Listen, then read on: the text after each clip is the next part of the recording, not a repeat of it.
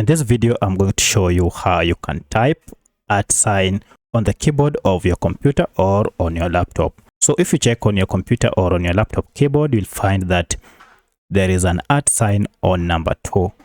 But on some keyboards, the @sign is not even there. So if you just want to type this, how do you do it? To type it, it's quite simple. Let me open a blank page here so that you can do it practically.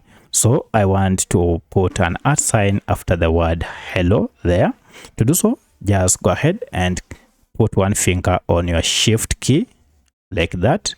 And once you have pressed down your shift key, go ahead and press on number 2.